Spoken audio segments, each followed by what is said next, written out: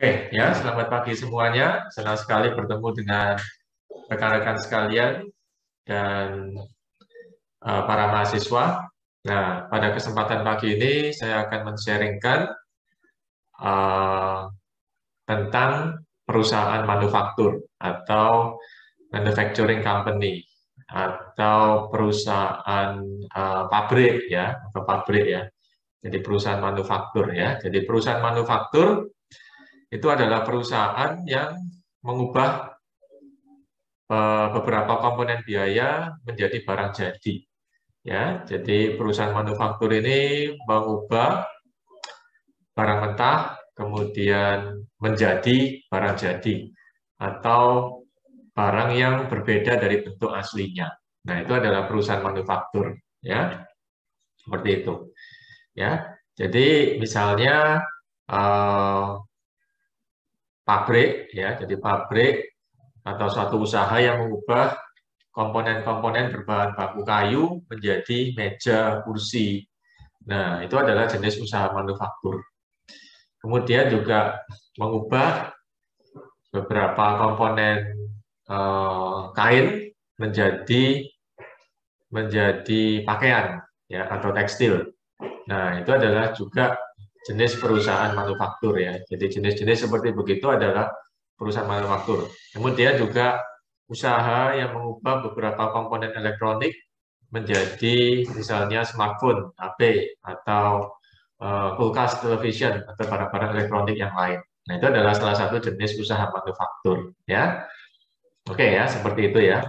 Nah, secara definisi, usaha manufaktur adalah perusahaan yang memproduksi barang di mana melibatkan tiga komponen biaya, yaitu barang mentahnya, kemudian barang mentah langsungnya, kemudian biaya tenaga kerja langsung, dan juga biaya overhead pabrik. Itu kalau secara definisi akuntansinya, ya seperti itu. Oke, kemudian istilah yang berikutnya adalah istilah adanya biaya tetap, ya. Nah, jadi istilah biaya tetap dalam perusahaan manufaktur, ya. Jadi biaya tetapnya adalah konsep konsep biaya yang penting ya dalam perusahaan manufaktur dan ternyata tidak hanya pada usaha manufaktur ya. Dalam usaha eh, yang lain pun ya, bahkan di dalam rumah tangga kita itu juga konsep ini kita pakai ya. Oke ya, tapi saya kembali aja ke fokusnya yaitu perusahaan manufaktur ya. Jadi biaya tetap dalam perusahaan manufaktur adalah biaya-biaya yang harus kita bayar ya meskipun pabrik itu nggak ada produksinya atau nol production ya, zero production, itu tetap kita harus bayar. Itu namanya adalah biaya tetapnya ya. Oke ya, oke ya. Oke, nah contohnya apa? Contohnya adalah biaya tetap pembayaran listrik ya. Ya, jadi biaya tetap pembayaran listrik, pembayaran air, atau pembayaran telepon, internet ya. Nah, contohnya aja internet ya. Jadi misalnya internet tersebut nggak kita pakai ya, WiFi tersebut nggak kita pakai, selama 1 bulan nggak kita pakai, tapi tetap kita harus bayar. Karena dia adalah sifatnya biaya tetap ya. Jadi dipakai dipakai full atau tidak dipakai ya, atau mungkin dimatikan mesinnya, tetap kalau kita nggak mau dicabut langganannya ya tetap kita harus bayar. Itu adalah biaya tetap. Kemudian juga ada biaya tetap dalam PLN ya. Nah, di dalam PLN itu ada sebagian yang biaya tetap, yaitu biaya berlangganannya. Jadi meskipun kita pemakaian nol, tetap kita ada biaya minimum. Nah, itu biaya minimum ya, namanya ya. Nah, tapi kalau KHW hanya jalan, ada lagi biaya tambahannya, yaitu biaya variabel. Ya, oke ya. Jadi biaya tetap atau fixed cost adalah biaya yang tetap harus kita bayar, meskipun tidak ada produk yang dihasilkan atau kuantitinya adalah nol, ya seperti itu. Nah, kemudian teman dari biaya tetap atau pasangan dari biaya tetap adalah biaya variabel. Ya, jadi mungkin teman-teman bisa menduga ya, adik-adik juga bisa tahu. Jadi kalau ada biaya tetap, maka ada biaya variabel. Jadi biaya variabel ini akan kita bayar apabila ada tambahan unit produksi yang dihasilkan ya untuk pabrik ya. Atau mungkin kalau untuk biaya biaya adalah biaya tetap yang harus kita bayarkan kalau kita memakai satu unit yang kita pakai. Jadi misalnya tadi itu listrik itu tadi ya, kalau kita pakai pertambahan kWh, maka kita harus bayar lebih banyak karena tiap kWh ada rate-nya gitu ya. Nah, itu namanya biaya variabel. Ya, gitu. Mungkin juga biaya air ya, PDAM ya. Jadi tiap berapa meter kubik ya itu ada tambahan biayanya. Ya, selain biaya tetap atau biaya berlangganan atau biaya minimum tadi ya gitu. Oke ya. Jadi itu adalah konsep biaya variabel ya. Jadi biaya yang timbul sejalan dengan unit yang diproduksi. Kalau kita memproduksi barang ya di pabrik. Tapi kalau kita bayar dari biaya ya, maka biaya variabel adalah biaya yang timbul sejalan dengan unit yang terpakai ya. Jadi bisa dua kacamata di sini ya dengan konsep yang sama ya gitu. Oke, nah kemudian saya lanjutkan ke istilah berikutnya yaitu adalah biaya semi variabel. Nah, oke ya, ini saya pasti rekan-rekan sudah bisa menduga ya. Nah, kadang dalam satu biaya tertentu ya, misalnya biaya listrik, air, ya, mungkin telepon dan sebagainya ya, atau mungkin biaya-biaya yang lain ya. Nah, itu tidak sepenuhnya tetap, tidak sepenuhnya variabel, tetapi gabungan. Ya, nah kalau itu gabungan, maka kita bisa katakan ini sebagai biaya semi variabel. Ya, jadi biaya semi variabel adalah gabungan antara unsur biaya tetap sama biaya variabel. Ya, contohnya dalam misalnya kita bayar listrik itu tadi ya. Jadi biaya listrik yang prabayar ya, yang pasca bayar, yang berlangganan ya, pasca bayar ya, bayar belakang. Itu ada biaya langganan, ada biaya ada biaya KWH-nya ya, jadi gabungan gitu ya. Nah, dan juga jenis-jenis biaya yang lain ya. Nah, mungkin biaya telepon juga sama ya, telepon rumah ya. Sekarang kurang populer ya, atau biaya air ya, BBM itu juga semi variabel. Ya, seperti itu ya. Jadi penggabungan antara biaya tetap, biaya berlangganan, biaya minimum dan biaya pemakaian per unit yang terpakai. Ya, gitu ya. Di konsepnya seperti itu. Oke ya, saya lanjutkan ke slide yang berikutnya. Nah, kemudian di awal tadi sudah dikatakan bahwasannya perusahaan manufaktur adalah memproduksi barang atau mengubah barang mentah menjadi barang jadi dengan menggabungkan tiga komponen biaya, yaitu bahan baku langsung, tenaga kerja langsung, dan biaya overhead. Nah, kemudian apa yang dimaksud dengan biaya bahan baku langsung ya? Jadi biaya bahan baku langsungnya adalah biaya bahan baku yang digunakan untuk proses produksi, di mana bahan baku ini langsung bisa terlihat pada produk yang kita hasilkan.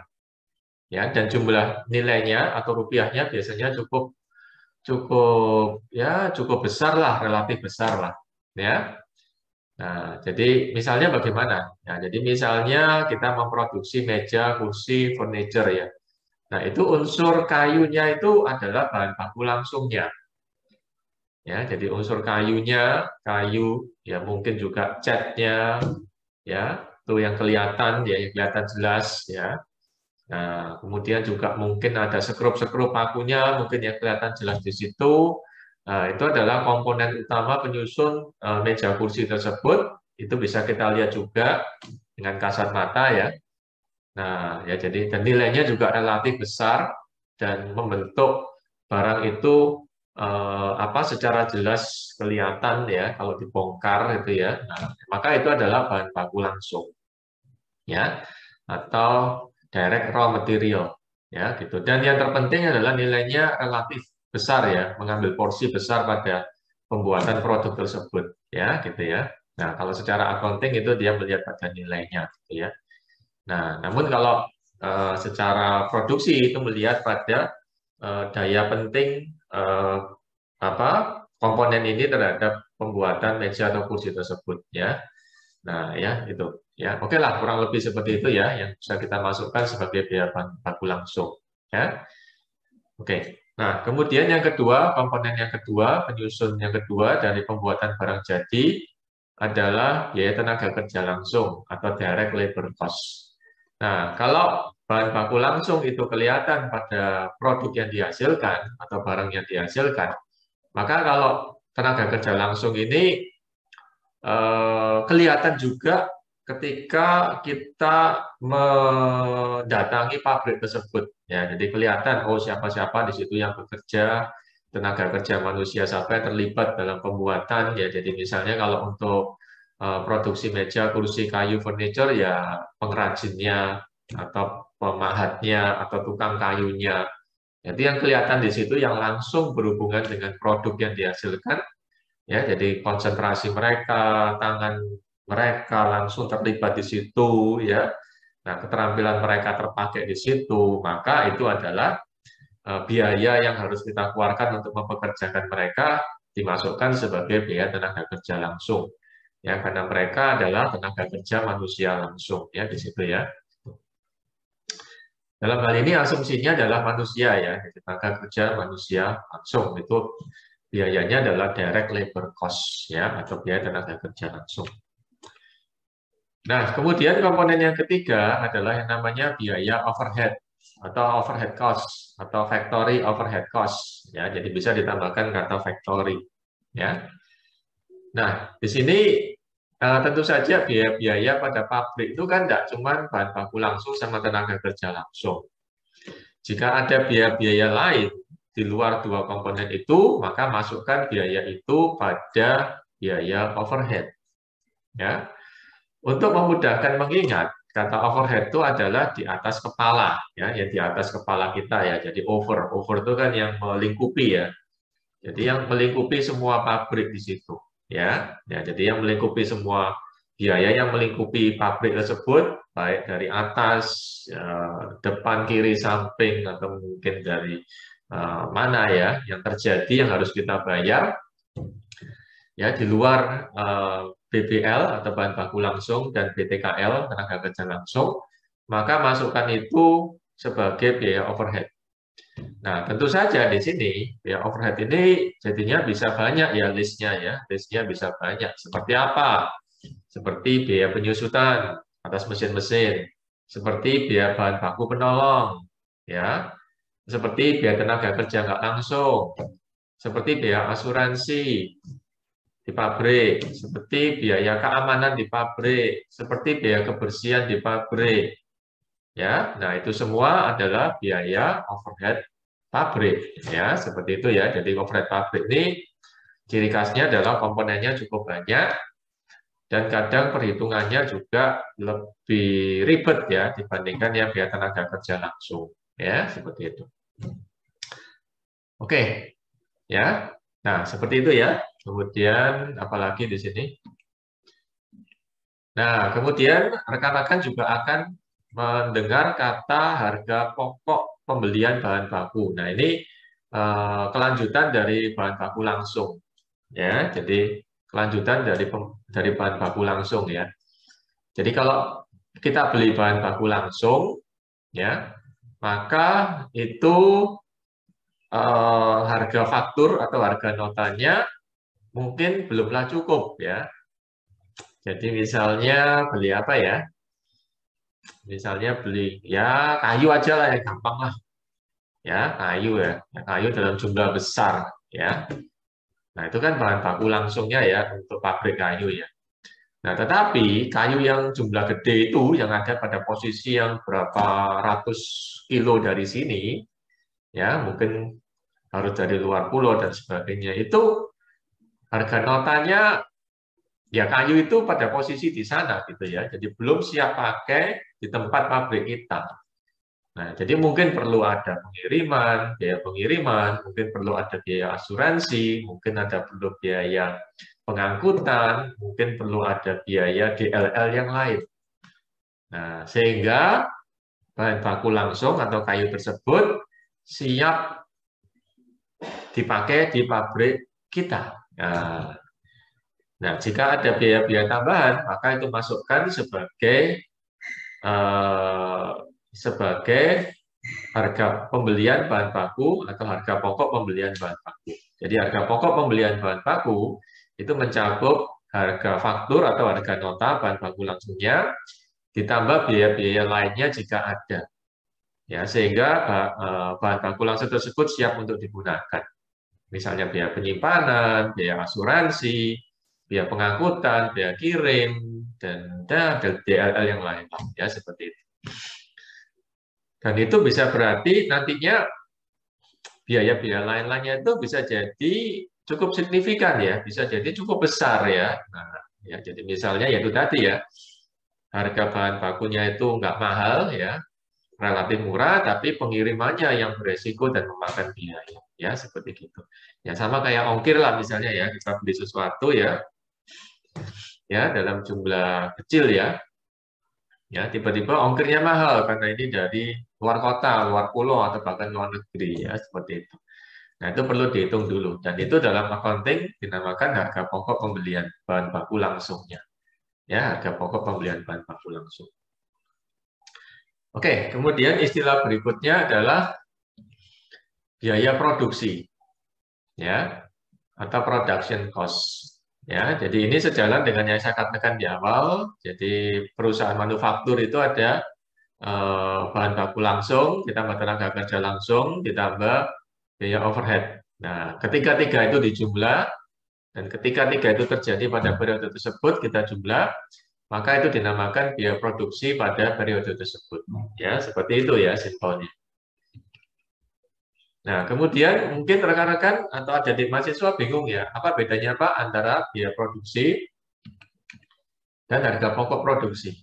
Nah, tidak usah bingung ya. Jadi simpelnya adalah, nah, ketika kita menjumlahkan tiga komponen tersebut, BPL, BTKL, dan BOP pada periode tersebut yang menjadi biaya produksi, ya, maka untuk bisa dinamakan harga pokok produksi itu melibatkan BDP awal sama BDP akhir atau barang dalam proses awal sama barang dalam proses akhir. Ya, jadi rumus dari harga pokok produksi adalah biaya produksi pada periode tersebut ya ditambah persediaan barang dalam proses awal dikurangi persediaan barang dalam proses akhir. Ya, seperti itu. Nah, apa itu persediaan barang dalam proses? Ya, jadi persediaan barang dalam proses adalah persediaan barang yang belum jadi atau yang setengah jadi. Ya setengah jadi atau 3/4 atau 2/4 ya, pokoknya belum jadi. Jadi tengah-tengah ya. Jadi ya itu adalah rumus dari harga pokok produksi ya yang dihitung berdasarkan total biaya produksi ditambah BDP awal dikurangi BDP akhir.